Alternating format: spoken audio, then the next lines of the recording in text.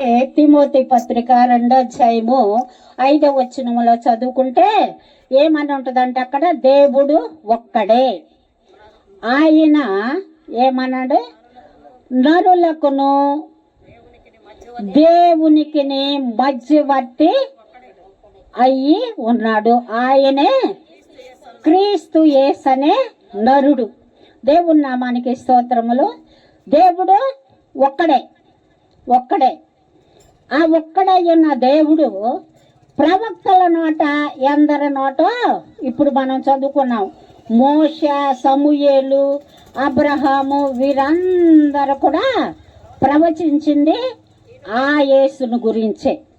ఆయనే దేవుడు. ఆయన ఎక్కడున్నాడు? ఆదిలో సృష్టి చేసింది ఆయనే.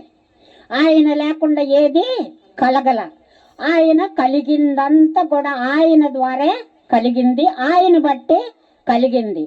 అయితే వీరేం చేశారంటే, యేసు ప్రభు ఈ లోకానికి వస్తే వడ్లవాని కుమారుడు మన మధ్య పుట్టాడు, దేవుడని చెబుతున్నారు అని అప్పుడున్న రోమా ప్రభుత్వం వారు సొంత ప్రజలే యేసుక్రీస్తుని దేవుడుగా అంగీకరించకుండా సిలువకు అప్పగించారు.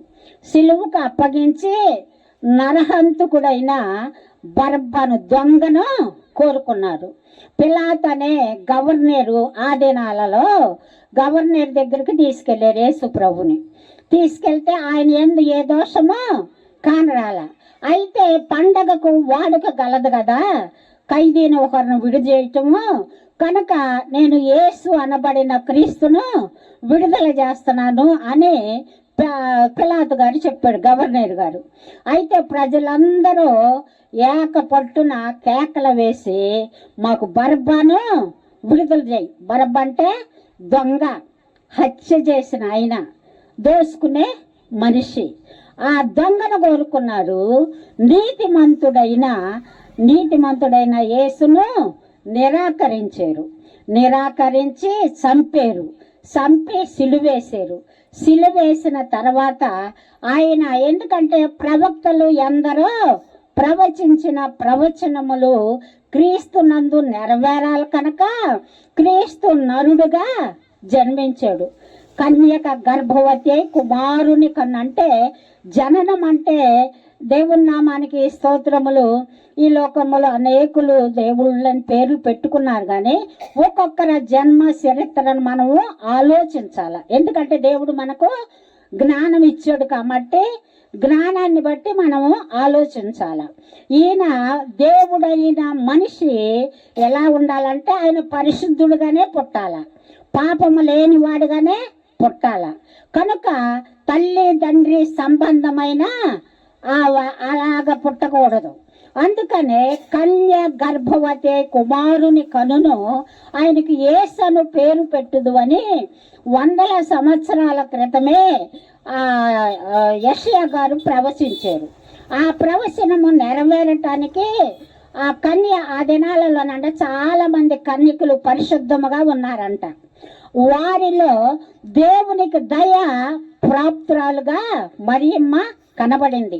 ఆమె కూడా ప్రార్థన చేసుకుంటా ఉంటే దేవుని దూత వచ్చి, దయాప్రాప్తురాలా నీకు శుభమని చెప్పినప్పుడు ఆమె ఏం చేస్తుంది, ఆ శుభవచనం ఏంటోనని తొందరపడితే అప్పుడు ఆ దూత ఏం చేస్తుండే, భయపడకు, నువ్వు గర్భవతి అవుతావు, కుమారుని కంటావు, ఆయనకి యేసు పేరు పెట్టు అంటే ఆమె ఏమంటుందంటే, అయ్యా నేను పురుషుణ్ణి ఎరుగున దాననే, ఇది ఎలాగ సంభవించునంటే సర్వోన్నతుని శక్తి నిన్ను కమ్ముకుంటది, పరిశుద్ధాత్మ నీ మీదకి వస్తుంది, పుట్టబోవు శిశువు పరిశుద్ధుడు, ఆయన తన ప్రజల పాపముల నుండి ఆయనే విడిపించును గనక ఆయనకి యేసును పేరు పెట్టు అని దేవదూత వచ్చి మరియమ్మకు చెప్పింది. అందుకు యేసయ్య జననము ప్రత్యేకము, పరిశుద్ధమైన జననము, పాపములేని జననము. ఆ తర్వాత దేవుని నామానికి స్తోత్రము, ఆయన పుట్టినాక కొన్ని ఆశ్చర్య కార్యాలు చేశాడు. కుంటివారిని బాగు చేశాడు, గుడ్డివానికి కళ్ళిచ్చారు, కుష్ఠరోగులు స్వస్థత పొందారు, పాపిని ప్రేమించాడు, పలకరించాడు, వారితో కలిసి జీవించాడు. ఎందుకంటే లోకమంతా పాపలోకము కదా. ఈ పాపలోకములో ప్రేమ అంటే ఏంటో తెలియదు కనుక ప్రేమించి ప్రేమను చూపించి నేర్పించాడు యేసయ్య. ఆ ప్రేమమయుడిని వీరేం చేశారంటే ప్రతిదానికి లేఖనం ఉందండి. ఆయన జననముకు లేఖనం ఉంది, ఆయన మరణానికి లేఖనం ఉంది.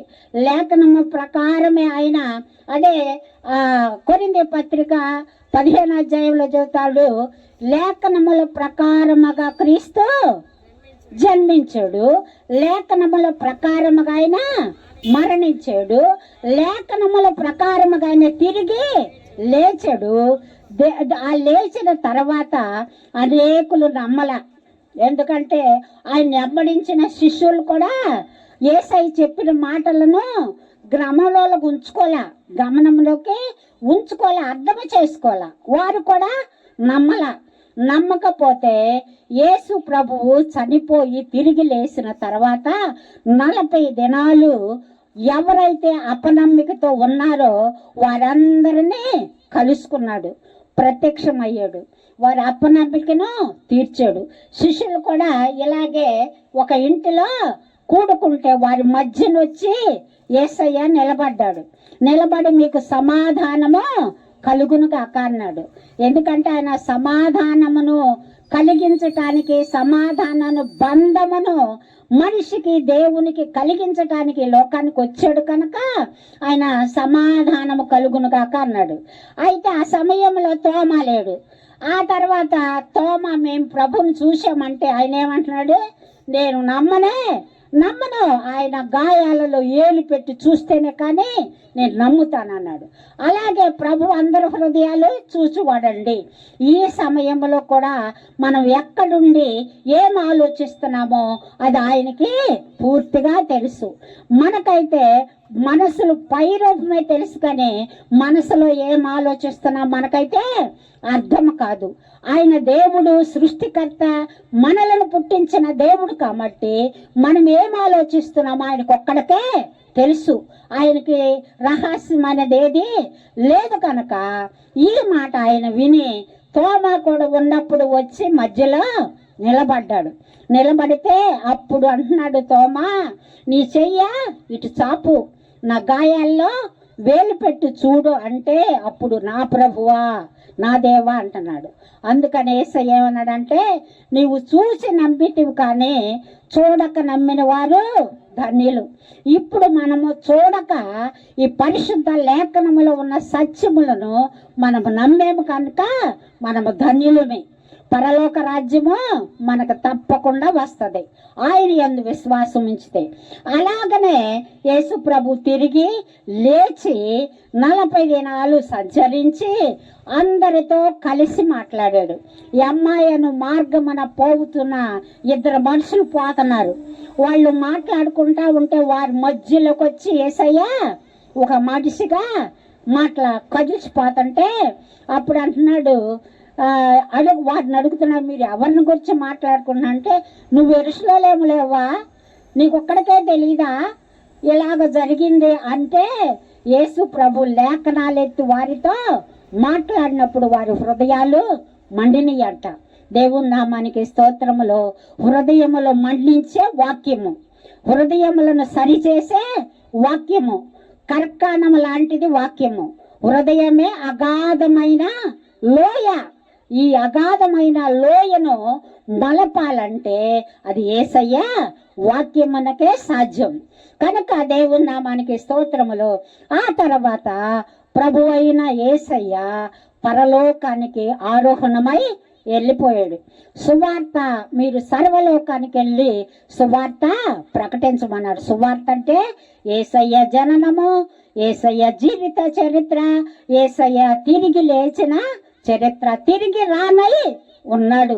రానయ్యున్న ఆ యేసయ్య కొరకు ఇప్పుడు ఈ సువార్త ప్రకటించబడుతుంది. ఎందుకంటే ప్రతి ఒక్కరు కూడా యేసయ్య దేవుడు, రక్షకుడు, పాపములు క్షమిస్తానికి ఆయన పరిశుద్ధ రక్తమును చిందించాడు, ఇది సత్యము అని ప్రకటించమని చెప్పాడు.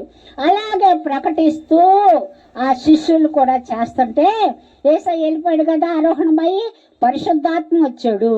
ఆ తర్వాత వీరేం చేస్తున్నారంటే పేతురు యోహాను అనేవారు ఆ ప్రార్థనా స్థలానికి మందిరానికి వెళుతున్నారు.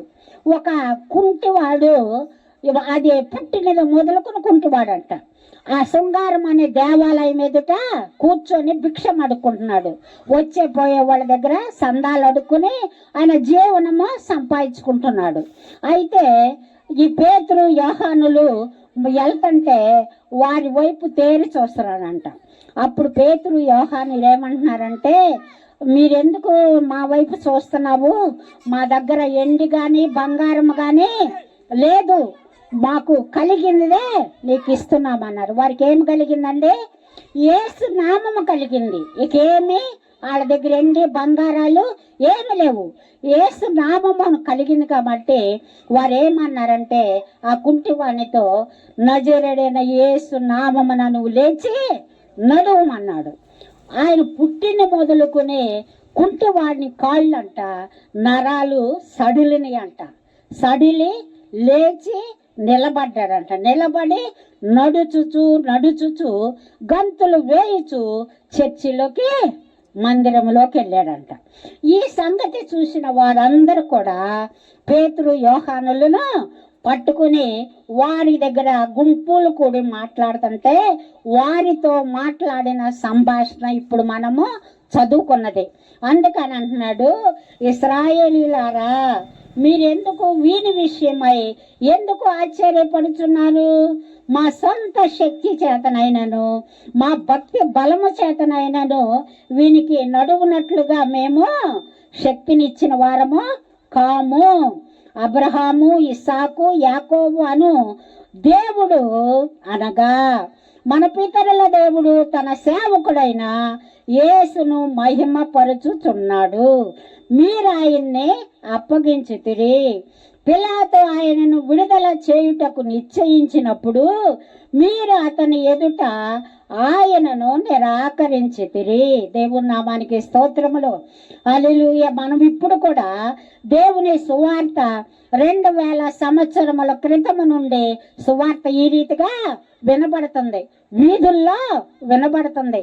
టీవీ ఆన్ చేస్తే సువార్త వినబడుతుంది. వినపడుతున్నప్పుడు విననట్టుగా పోతే నిరాకరించినట్టే, వింటే మనము అంగీకరించినట్లు ఆయన మాట వింటే. అందుకే యోహాను సువార్త 5వ అధ్యాయము 24వ వచనములు ఏమంటాడంటే, నా మాట విని నన్ను పంపిన వాని యందు విశ్వాసముంచువాడు నశింపక నిత్య జీవము పొందుతాడు. నిత్య జీవము కావాలండి.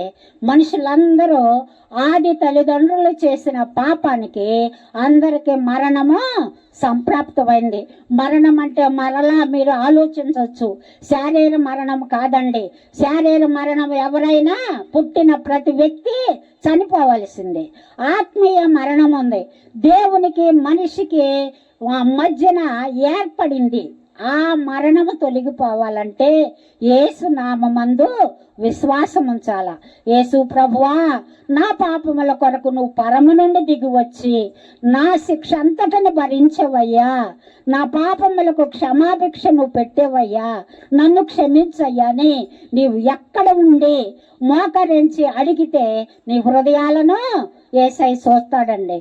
అందరి హృదయాలు ఎరిగిన ఆయన కనుక తోమా నేను చూస్తే నమ్ముతాను అన్నాడు కదా, ఆ మాట ఎరుగున్న దేవుడు ఈనాడు నీవెక్కడ ఉండి నువ్వేం ఆలోచిస్తున్నావో నీ హృదయాన్ని కూడా యేసయ్య ఎరుగున్నాడు. కనుక దేవుని నామానికి స్తోత్రములు. ఈ లోకము భూలోకము శాశ్వతమైనది కాదండి. పరిశుద్ధ గ్రంథములోనే వ్రాయబడింది, భూమి ఆకాశములు మిక్కుటమైన వేంద్రముతో లయమైపోతాయి, ఈ భూమి నిలవదు, కృత్యములు కాలిపోతాయి. ఎందుకు? మనిషి చేసిన పాపానికి భూమి కూడా అంటుకుంది, ఈ భూమి కూడా లయమైపోద్ది. క్రొత్త ఆకాశము క్రొత్త భూమిని సృజిస్తాడు. ఆ క్రొత్త భూమిలో నీవు నేను యుగ యుగాలు దేవునితో సంతోషించి ఆనందించాలంటే ఇదే మిక్కిలి అనుకూలమైన సమయం. ఈ సమయం పోతేక రాదు. సమయం ఉండగానే నీలో మంచి చెడ్ల ఆలోచన, విచక్షణ, జ్ఞానం ఉండగానే ఎవరు దేవుడు, ఎవరిని సేవిస్తున్నాను, నా నిశ్చయత ఏంటి, నేను ఎక్కడికి పోతాను అన్నది ఒక్కసారి నిదానించి ఆలోచించండి, ఆలకించండి. యేసుక్రీస్తునందే విశ్వాసం ఉంచండి, నిత్య జీవంలోనికి వెళ్తాం. అందుకే నా మాట విని నన్ను పంపిన వాని యందు విశ్వాసం ఉంచితే మీరు మరణములో నుండి జీవములోనికి దాటారంటే, మరణం అంటే నిత్య నరకం. అగ్ని ఆరదో, ఈ పురుగు సావదో. ఆత్మకు సావు అంటూ లేదండి, శరీరానికి సావు ఉంది. చచ్చిపోయాడు అంటాం, చచ్చాడు, శరీరం చచ్చింది, పోయింది ఎక్కడికి? ఆత్మ పోయింది. ఆత్మ ఎక్కడికి పోవాలా? దేవుని మాట విని నమ్మితే దేవుని రాజ్యానికి వెళ్తాం. ఆయన మాట వినకుండా మేము ఇలాగే, మా పితరులు ఇలాగే, మేము ఇలాగే అంటూ చనిపోతే సాతాను ఏం చేస్తుందంటే, నరకం అన్నది మనుషులకు చేసింది కాదు, అది అపవాదికి, దాని దూతలకు సిద్ధపరిచిన నరకాగ్ని. ఈ భూలోకములో ఉండగా మనం అపవాదిని అనుసరించి అపవాది నడకలోనే మన జీవితమును ఎల్లబుచ్చుకుంటే, అపవాదికి సిద్ధపరిచిన ఆ నరకాగ్నికే మనలను కూడా తీసుకెళ్తుంది. అక్కడికి వెళ్లకుండా ఉండాలంటే యేసయ్య మాట వినాల, యేసయ్యనందు విశ్వాసం ఉంచాల. యేసయ్య మాటలో రక్షణ ఉంది, యేసయ్య మాటలో నిత్య జీవం ఉంది. మరణములో నుండి జీవములోనికి దాటిపోతారని వాక్యం సెలవిస్తుంది. కనుక దేవుని నామానికి స్తోత్రములు. అందుకని మా శక్తి చేత, భక్తి చేత ఇది జరగలా. మీరు నిరాకరించారు, యేసుని చంపారు, సిలువ వేశారు. ఆ దేవుడు ఆయన మృతులలో నుండి లేచాడు, దీనికి మేము సాక్షులము. ఆ నామమందే ఈయన లేచి నడిచాడు. కుంటివారు కూడా యేసు నామములో స్వస్థత ఉంది, రక్షణ ఉంది, పాపములకు క్షమాపణ ఉంది. యేసు నామములో, యేసు రక్తములో విశ్వాసం ఉంచితే గొప్ప కార్యాలు మనము చూడటానికి ఇదే మిక్కిలి అనుకూల సమయం. మన ప్రాణము ఎప్పుడు పోతుందో మనకు అసలు తెలీదు. ప్రతి వస్తువుకు గ్యారెంటీ ఉంటుంది. మనం ఏ వస్తువు కొనుక్కున్నా, ఫ్యాన్ కొనుక్కున్నావా, లేకపోతే టీవీ కొనుక్కున్నావా, సంవత్సరం లోపు తీసుకెళ్తే ఉచితంగా బాగు చేస్తాడు. ప్రతి వస్తువుకి గ్యారెంటీ ఉంటుంది. మనకి గ్యారెంటీ అంటూ లేదు. మనం బాపట్ల పోయామంటే తిరిగి వస్తామనే నమ్మకము లేదు, కొనుక్కున్నామంటే తిరిగి లెగుస్తామనే నమ్మకము లేదు. కనుక ఈ నమ్మకము లేని ఈ జీవితంలో నమ్మకమైన దేవుడు, సృష్టికర్త, నిన్ను పుట్టించి నిన్ను పోషిస్తూ సంరక్షిస్తున్న ఆ రక్షకుని మనసారా అంగీకరించమని ఈ సువార్త ప్రకటించబడుతుంది. ఎందుకంటే దేవుడు లోకముని ఎంతో ప్రేమించాడు, కాగా తన అద్వితీయ కుమారునిగా పుట్టిన వాని యందు విశ్వాసం ఉంచాలని ఈ సువార్త ప్రకటిస్తున్నాడు. నిన్ను ప్రేమించాడు, గ్రామంలో ఉన్న వారందరినీ ప్రేమించాడు. కనీసం 40-55 సంవత్సరాల నుంచి కూడా ఈ సువార్త వీధులలో ప్రకటించబడుతుంది. ఎందుకంటే నా మట్టుకు నేను, మా పుట్టిల్లు ఎల్లలూరు, నన్ను ఇచ్చింది ఇక్కడ మూర్తి నగరం, నన్ను ఇచ్చిన కాడి నుంచి కూడా సువార్త వీధుల్లో ప్రకటించబడుతుంది. రోడ్డు మీద నుంచి పాటలు పాడుకుంటా, డ్రమ్ము కొట్టుకుంటా వీధుల్లో తిరిగాం. పంట ఐజాక్ గారు ప్రతి గుంబాన్ని దర్శించి ప్రార్థన చేసి సువార్త ప్రకటించారు. అలాగే ఈ దినాల్లో కూడా అనేకులు సేవకులు వచ్చి మీకు సువార్త ప్రకటిస్తున్నారంటే ఇది ఏదో కాదు కానివ్వండి, దేవుడు నిన్ను ప్రేమించి ఈ శుభవార్త నీకు అందిస్తున్నాడు. కనుక ఈ మాటను అంగీకరించి నిర్లక్ష్యము చేయకుండా ప్రభువుని అంగీకరించవలసిందిగా, ప్రభు నామమున మారు మనసు పొందాలా, రక్షణ పొందాలా, నిత్య జీవములో ప్రవేశించాలని ప్రభు సెలవిస్తున్నాడు. లేకపోతే నిత్య నరకము, ఆ నరకము అగ్ని ఆరదు, పురుగు చావదు. కనుక ఇట్టి మాటలు మీరు నిరాకరించకుండా ప్రభు అయిన యేసయ్య మాటలు అంగీకరించవలసిందిగా తెలియపరుస్తున్నాను.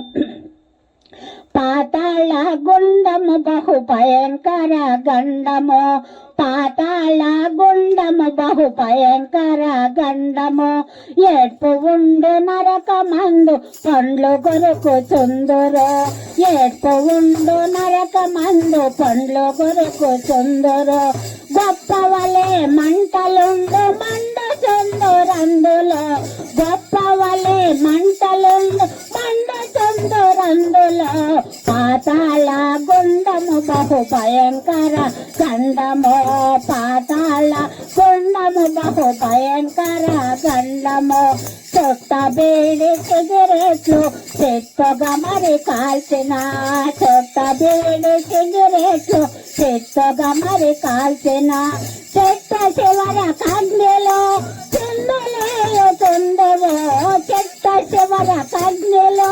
చిందులేయుతుందువు, పాతాళ గుండము బహు భయంకర గండము, పాతాళ గుండము బహు భయంకర గండము, కళ్ళు సరై బ్రాందేలు కడుపు నిండా తాగిన, కళ్ళు సరై బ్రాందేలు కడుపు నిండా తాగిన, ఒళ్ళు మరచి తిరిగిన వందవనర కాగ్నిలో, ఒళ్ళు మరచి తిరిగిన వందవనర కాగ్నిలో, పాతాళ గుండం బహు భయంకర గండము, పాతాళ గుండము బహు భయంకర గండము. దేవుని మనకి స్తోత్రములు. ఇంతటితో వాక్యం ముగిస్తున్నా. ప్రార్థన చేద్దాం. ప్రభా మీకు స్తోత్రాలు స్వామి, మీకు వందనాలు. ఇంతవరకు మీ కనికరం చొప్పున మాకు ఇచ్చిన ఈ యొక్క అవకాశానికై వందనాలు స్వామి. ప్రభా ఇంకా రక్షణ లేని బిడ్డలను జ్ఞాపకం చేసుకోండి, రక్షించండి. చేరి వచ్చిన మమ్మల్ని అందరం దీవించండి. మరలా వచ్చే ఆదివారం వరకు మమ్మల్ని కాపాడమని ప్రార్థిస్తున్నాం. అలానే ప్రభా ఈ గ్రామాన్ని దీవించండి. ఈ గ్రామము ప్రభా ఈ వీధిలోని ప్రతి బిడ్డను, విన్న ప్రతి బిడ్డను ఆశీర్వదించమని మా ప్రభువును రక్షకుడైన యేసయ్య నామమున ప్రార్థిస్తున్నాం తండ్రి. ఆమేన్. ప్రభు యేసు రక్తమే జయం, అపవాది క్రియలకు లయం. ప్రభు యేసు రక్తమే జయం, అపవాది క్రియలకు లయం. ప్రభు యేసు రక్తమే సంపూర్ణ విజయం, అపవాది క్రియలకు అనంత నాశనం కలుగును.